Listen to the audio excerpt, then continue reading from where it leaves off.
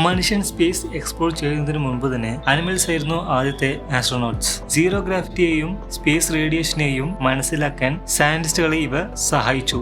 So അങ്ങനെയുള്ള 5 animals ഏതൊക്കെയാണെന്ന് നോക്കാം.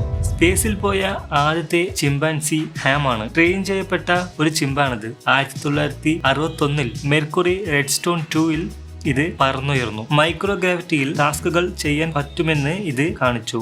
സ്പേസിലേക്ക് പോയ ആദ്യത്തെ പൂച്ചയാണ് ഫെലിസാറ്റ്. ഇത് ഒരു ഫ്രഞ്ച് കാറ്റാണ്. 1963 ഇത് സ്പേസിലേക്ക് പോയി. ഇതിന്റെ തലയിൽ ഇലക്ട്രോഡ്സ് ഇംപ്ലാന്റ് ചെയ്തു വെച്ചിട്ടുണ്ടായിരുന്നു. സ്പേസിൽ ഒരു ജീവിക്ക് അനുഭവപ്പെടുന്ന സുപ്രധാന ന്യൂറോളജിക്കൽ ഡാറ്റ നൽകി. കൂടാതെ അത് സേഫ് ആയിട്ട് തന്നെ ഭൂമിയിലേക്ക് തിരിച്ചു വന്നു.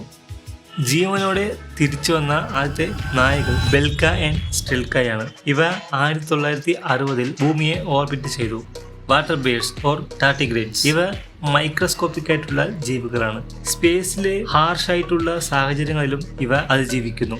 ഓർബിറ്റിൽ പോയ ആദ്യത്തെ അനിമൽ ലൈക്കയാണ്. 1957 സ്പുട്നിക് 2 ഇത് സഞ്ചരിച്ചത്. അപ്പോൾ നമ്മുടെ ചാനൽ ഇതുവരെ സബ്സ്ക്രൈബ് ചെയ്തിട്ടില്ലെങ്കിൽ സബ്സ്ക്രൈബ് ചെയ്യുക, സപ്പോർട്ട് ചെയ്യുക.